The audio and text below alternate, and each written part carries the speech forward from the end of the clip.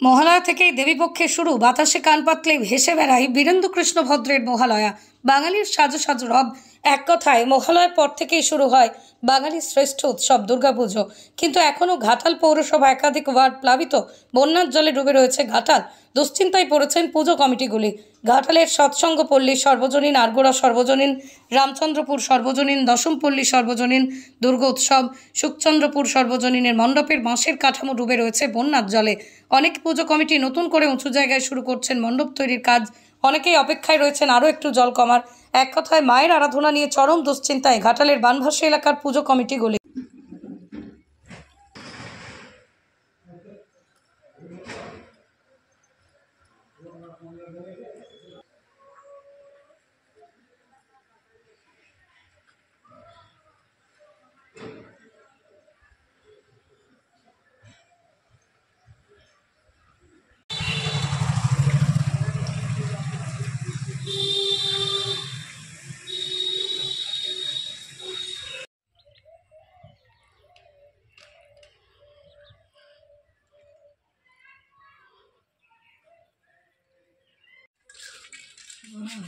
ঘর থেকে দেখুই নি, তুই বলছি জল মরেছে।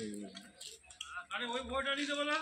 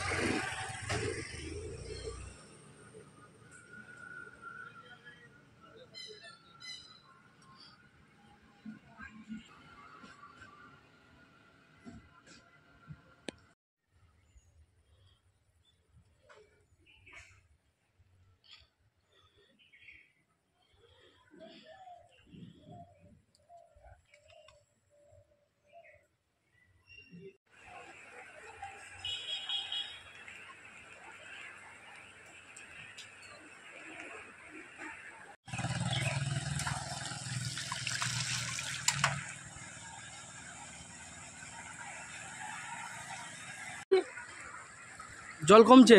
জল কমছে। কি সমস্যা হচ্ছে?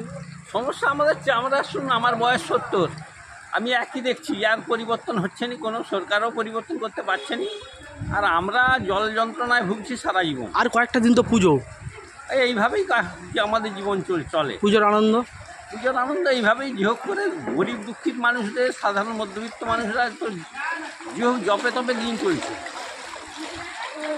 কোনো সুযোগ সুবিধা নাই, কিচ্ছু নাই। অনেক জায়গায় পুজো তো বন্ধও রয়েছে। হতেই পারে, জল তো এমন একটা জায়গায় পৌঁছে আছে, আর পূজা প্যান্ডেল করার মতো পরিস্থিতি নাই। পুজোর আনন্দ আর নেই না, একবারেই আনন্দ আবার থাকে, এই পরিস্থিতিতে আনন্দ থাকবে কোথায়? কি নাম? আমার নাম আনন্দ জানা। বাড়ি সিংপুর। আমাদের তো সমস্ত পরিকল্পনায় ব্যর্থ হয়ে গেছে। এই বন্যাতে আমাদের যে বর্তমান মাঠে যেখানে পুজো হওয়ার কথা, সেখানে প্যান্ডেল সম্পূর্ণরূপে বাঁশমাথা থেকে শুরু করে বিভিন্ন কার্য কমপ্লিটেড হয়েই গেছিলো, কিন্তু এই পরিস্থিতির চাপে আমরা বাধ্য হয়েছি মাঠ থেকে জল না নামার জন্য।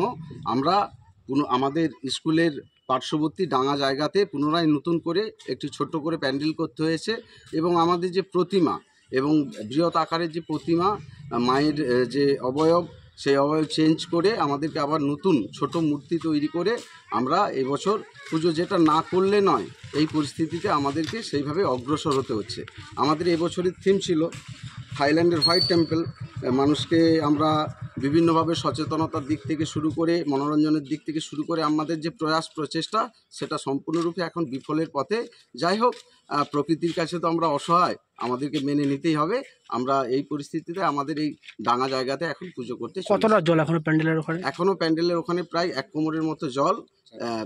সেই কারণে আমরা ওখান থেকে সম্পূর্ণরূপে বাঁশ দড়ি থেকে শুরু করে সমস্ত প্যান্ডেলের উপকরণ খুলে নতুন জায়গা। মন ভার? হ্যাঁ, মন তো ভার একদম। মানে সকালে একটা বিচ্ছিন্নতা, মানে একটা বিষণ্ণতার অবসাদে আমরা ভুগছি। এই পরিস্থিতিতে যাই হোক মানিয়ে নিয়ে চলতে হবে, প্রকৃতির কাছে তো আমরা অসহায়। আপনার নাম? আমার নাম সুভাষিস মাইতি, পূজা কমিটির সদস্য এবং এই 7 নম্বর ওয়ার্ডের কাউন্সিলর। প্যান্ডেল তো প্রায় 50%-এর উপরে কমপ্লিট হয়েছিল, কিন্তু এই বন্যার কারণে আমরা সেটাকে পুরোপুরিভাবে কমপ্লিট করতে পারিনি। তার জন্য আমরা প্যান্ডেলটা এখন ওখানে স্থগিত রেখেছি এবছরের জন্য, যেটা আমরা পাশে আমাদের স্কুল আছে, স্কুলের স্কুলটা প্রায় একতলা হাইট আছে, তো সেইখানে আমরা এবছর প্যান্ডেলটা করবো। প্যান্ডেলে কতটা জল রয়েছে এখন? প্যান্ডেলে এখনও অবধি 1 হাঁটু জল আছে, এখনও 2-3 দিন সময় লাগে। তো ধরুন কালকে মহালয়া, এবার সেইভাবে তো আমরা প্যান্ডেল করতে পারবো না। এবার প্যান্ডেলের বাজেটটা আমাদের অনেক ছিল, প্রায় 3 লক্ষ টাকার উপর। তো সেক্ষেত্রে আমাদেরকে কী করতে হলো যে প্যান্ডেলটা পরের বছরের জন্য স্থগিত করে দিয়ে আবার স্কুলে আলাদা করে প্যান্ডেল করতে হচ্ছে। ঠাকুরের কিছু ঠাকুরও আমাদের একটা এবারে বড় ঠাকুরের একটা বলা হয়েছিল, যেহেতু আমাদের এখানে থিমের পুজো হয়, কিন্তু এই বন্যার কারণে সেই ঠাকুরটাও পোস্টপোন করা হয়েছে নেক্সট ইয়ারের জন্য। নতুন করে ঠাকুর অর্ডার করতে হয়েছে আমাদের। আর কী করবো বলুন, এই তো সব অবস্থা, বন্যার পরিস্থিতি। আবার তো ষষ্ঠীর দিকে তো বৃষ্টির ব্যাপার আছে, তার জন্য সব কিছু ভেবে দেখলাম যে মানুষজন আসতে পারবে না, একটা টাকা খরচা করে প্যান্ডেল করছি, সেই জন্য প্যান্ডেলটাকেও স্থগিত করা হয়েছে আর ঠাকুরটাকেও পরের বছরের জন্য পোস্টপোন করা হয়েছে। বন্যার কারণে? হ্যাঁ, বন্যার। কি নাম আপনার? আমার নাম সায়নদীপ জানা। পূজা কমিটির নাম? পূজা কমিটি চাউলি যুবদল উৎসব কমিটি। কি দায়িত্বে আছেন আপনি? আমি সহ সম্পাদক। এই বছর তো এতই সত্যি এই ভয়াবহ যা বন্যা হয়েছে, বন্যা পরিস্থিতি হয়েছে, আমাদের তো প্যান্ডেল হয়ে গেছিল মাঠে। তো এবছর আমরা থিমের উপরে আর যেতে পারিনি, মানুষকে আনন্দও দিতে পারবো না, ঠিক আছে। সত্যিই ভারাক্রান্ত। প্রতিমা আমাদের তো সেই মতোই তৈরি হয়েছিল, কিন্তু প্রতিমা আসবে, পুজো হবে, আবার নতুন করে আবার একটু উঁচু জায়গায় প্যান্ডেল আমরা করছি রাস্তার উপরে। এইভাবেই ছোট করে পুজো করতে হবে এবং পুজো করব। এটা যেহেতু আমাদের 10 নম্বর ওয়ার্ড গ্রামের পুজো, করতেই হবে আমাদেরকে পুজোটা। মাঠে কতটা জল? মাঠে এখনো মোটামুটি 1 ছাতি সমান জল রয়েছে এখনো। তো ডিঙি নৌকায় যাতায়াত হচ্ছে, কাটছাট করে পুজো চলছে? একদম কাটছাট করেই পুজো হচ্ছে। কি নাম? সুরজিৎ ভৌমিক। পূজা কমিটির নাম?